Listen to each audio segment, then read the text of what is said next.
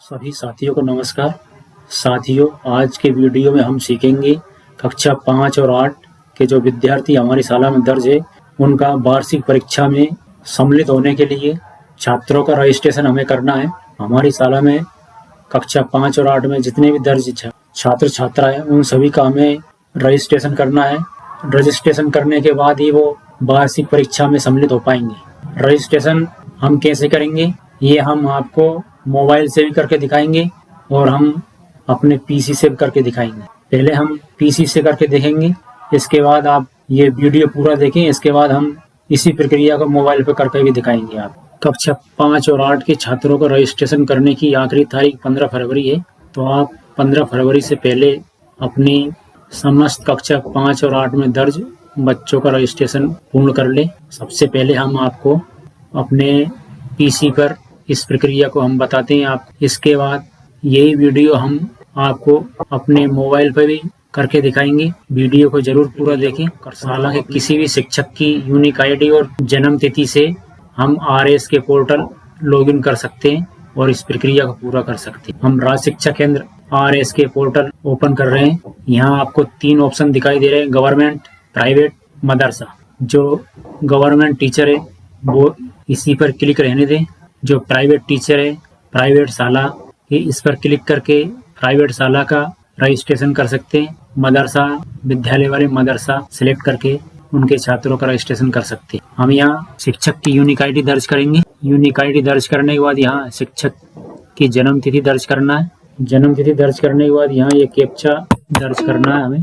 Captcha दर्ज करने के बाद लॉगिन पर क्लिक कर देंगे। अब हम आरएस के यानी कि राज्य शिक्षा केंद्र के पोर्टल पर लॉगिन हो चुके हैं। अब यहाँ आपको दिखाई दे रहा है 5-8 एग्जाम 2023-24, इसी पर हमें क्लिक करना है। यहाँ आपको पहला ऑप्शन दिखाई दे रहा है स्टूडेंट रजिस्ट्रेशन। इस ऑप्शन पर हम क्लिक करके हमारी शाला में जितने भी कक्षा 5 और 8 में दर्ज हैं, उन सभी का हम रजिस्ट्रेशन करेंगे। तो हम इसी ऑप्शन पर क्लिक करेंगे। इसके बाद यहाँ आपको कक्षा सिलेक्ट करना है। आपकी शाला में जो भी कक्षा हो, कक्षा 5 या 8, हमारी शाला कक्षा 5 तक है, इसलिए हम कक्षा 5 सेलेक्ट करेंगे। सेलेक्ट करने के बाद यहाँ 100 पर क्लिक कर देंगे। आपकी कक्षा में जितने भी छात्र दर्ज हैं, वो सभी छात्र यहाँ दिखाई देने लगेंगे।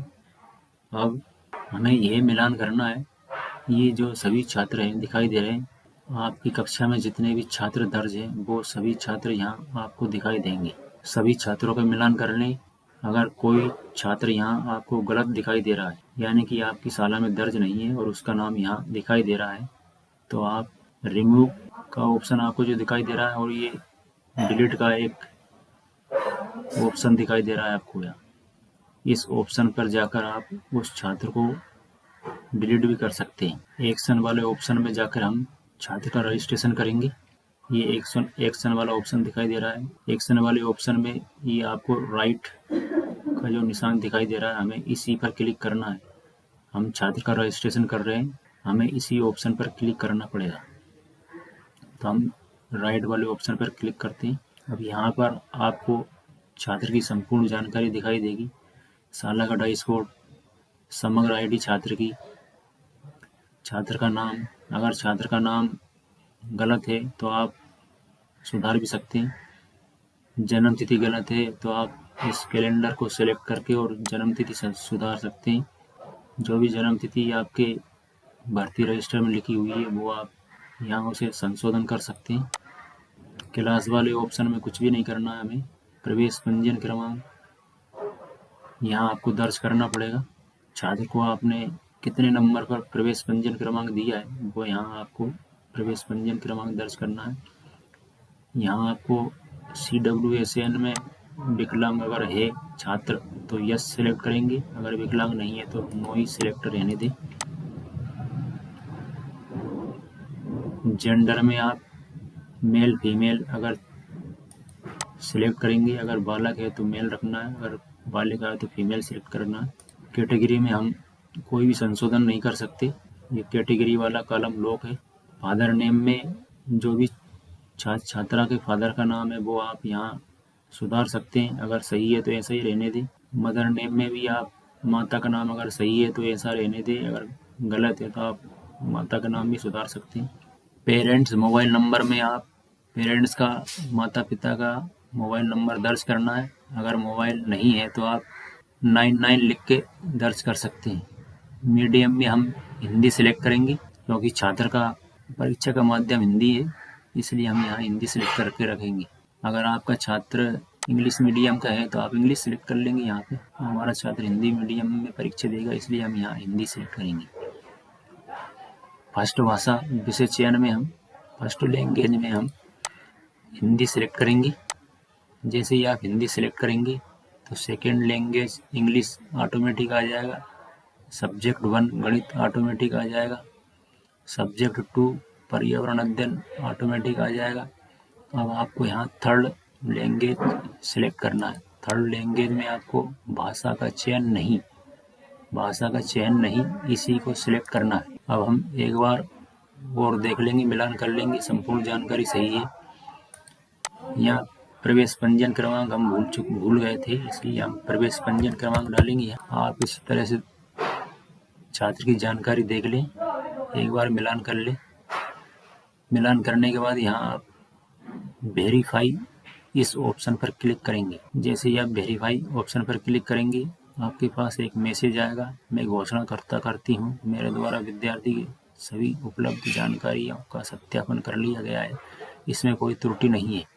अगर जानकारी सही है तो आप यस वेरीफाई आईडी पर क्लिक कर देंगे।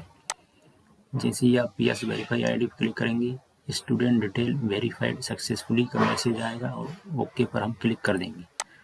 अब ये जानकारी छात्र की अपडेट हो चुकी है, यानी कि छात्र का रजिस्ट्रेशन हो चुका है। छात्र का नाम यहाँ हरी पट्टी में आपको दिखाई दे रहा है। आप जैसे जैसे छात्रों का रजिस्ट्रेशन करेंगे वैसे वैसे सभी छात्र यहाँ हरी पट्टी में उसके नाम आपको दिखाई देने लगेंगे। तो आप इस तरह से सभी छात्रों का रजिस्ट्रेशन कर सकते हैं। अगर किसी छात्र की कोई गलत जानकारी दर्ज हो चुकी है तो आप दोबारा उसे संशोधन कैसे करेंगे ये भी आप एक बार देख लें। जैसे हम इसी छात्र की जानकारी को संशोधन करना चाहते हैं जो हमने अभी रजिस्ट्रेशन किया है। अगर रजिस्ट्रेशन करने में हमसे कोई गलती हो जाती है तो हम उसे दोबारा संशोधन या अपडेट हम कैसे करेंगे, हम इसी छात्र की दोबारा आपको जानकारी अपडेट करके दिखाते हैं। हमने इस छात्र का रजिस्ट्रेशन तो कर दिया, पर हो सकता है गलतीवश अगर आपसे कोई त्रुटि हो जाती है रजिस्ट्रेशन करने में, जन्म तिथि गलत दर्ज हो जाती है या कोई भी गलती दर्ज हो जाती है, तो आप इसको दोबारा संशोधन कैसे करेंगे वो भी आप देख लें। यहाँ पेंसिल बनी हुई है, इसी पर आपको क्लिक करना है। जैसे ही आप पेंसिल पर क्लिक करेंगे यहाँ आप उस छात्र की दोबारा जानकारी आपको दिखाई देने लगेगी। जिस कॉलम में भी छात्र की गलती है वो आप संशोधन करके और दोबारा आप यहाँ अपडेट पर क्लिक कर देंगे। जैसे ही आप अपडेट पर क्लिक करेंगे मैसेज आएगा आपके पास, इसमें कोई त्रुटि नहीं है, तो आप इसको यस वेरीफाई आईडी पर क्लिक कर देंगे। यहाँ जानकारी छात्र की सक्सेसफुल हो जाएगी और यहाँ हम ओके पर क्लिक कर देंगे। तो इस तरह से आप अपने शाला में दर्ज कक्षा 5 के समस्त छात्रों का रजिस्ट्रेशन कर सकते हैं। आप रजिस्ट्रेशन प्रोग्रेस इस ऑप्शन पर क्लिक करके आप अपने विद्यालय की प्रोग्रेस रिपोर्ट देख सकते हैं। यहाँ हम डिस्ट्रिक्ट सेलेक्ट करेंगे, यहाँ हम ब्लॉक सेलेक्ट करेंगे, यहाँ आप क्लस्टर जन शिक्षा केंद्र सेलेक्ट करना है हमें, और यहाँ गवर्नमेंट ऐसा के ऐसे ही रहने दें और 100 पर क्लिक कर दें। अब यहाँ हम जो हरी पट्टी में दिखाई दे रहे हैं उन स्कूलों ने अपने कक्षा 5 और 8 के छात्रों का रजिस्ट्रेशन पूर्ण कर लिया है। यहाँ ये आप 100% दिखाई दे रहा है। हरी पट्टी में जो शालाओं के नाम दिखाई दे रहे हैं उनका रजिस्ट्रेशन का कार्य 100% पूर्ण हो चुका है।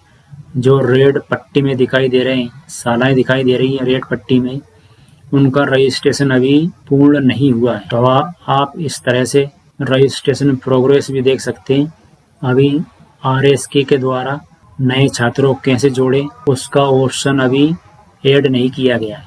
जैसे ही RSK द्वारा नए स्टूडेंट ऐड करने का ऑप्शन जोड़ दिया जाएगा, वो यहाँ ऑप्शन आपको दिखाई देने लगेगा। अभी हम नए छात्रों को नहीं जोड़ सकते, अभी हम सिर्फ स्टूडेंट रजिस्ट्रेशन का कार्य पूर्ण कर सकते हैं। तो ये आप जल्द से जल्द 15 फरवरी से पहले अपने समस्त कक्षा 8 और 5 के छात्रों का रजिस्ट्रेशन कर दें।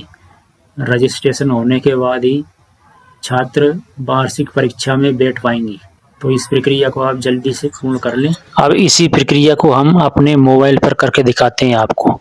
सबसे पहले हम क्रोम ब्राउजर ओपन करें।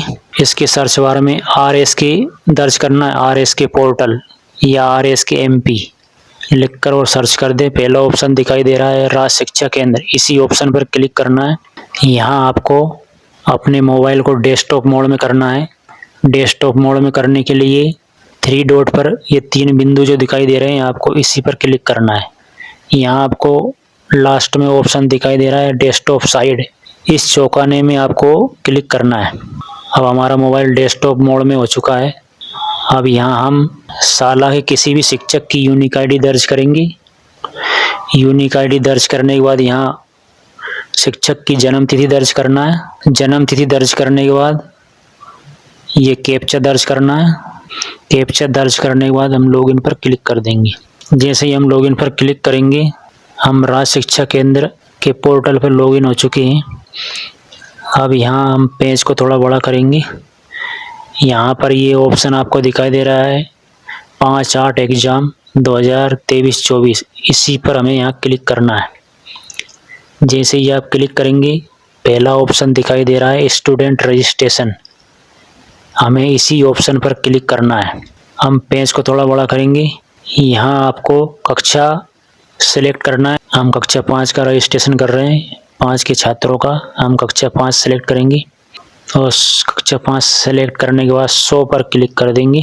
अब हम आपको अपने मोबाइल पर छात्रों का रजिस्ट्रेशन करके दिखाते हैं। कक्षा 5 के छात्रों की आपको ये सूची दिखाई दे रही है, इसको आप देख लें अच्छी तरह से। आपकी कक्षा में जितने भी छात्र दर्ज हैं वो यहाँ सभी छात्र दिखाई देंगे आपको। अब हमें इनका रजिस्ट्रेशन करना है। रजिस्ट्रेशन करने के लिए एक्शन वाले कॉलम में आपके जो राइट का निशान दिखाई दे रहा है सफ़ेद पट्टी में, इस पर हमें क्लिक करना है। इनका हम रजिस्ट्रेशन करेंगे। ये जो आपको हरी पट्टी में दिखाई दे रहे हैं इनका रजिस्ट्रेशन हमने कर दिया है। अब हम आपको मोबाइल पर करके दिखा रहे हैं। सफ़ेद पट्टी में आपको जो राइट का निशान दिखाई दे रहा है इस पर क्लिक करना है। जैसे ही आप राइट पर क्लिक करेंगे छात्र की संपूर्ण जानकारी आपको दिखाई देने लगेगी। स्कूल का डाइस कोड, समग्र ID, छात्र का नाम। छात्र का नाम अगर गलत है तो आप इसे सुधार सकते हैं। DOB जन्म तिथि आप सुधार सकते हैं या इस कैलेंडर पर क्लिक करके।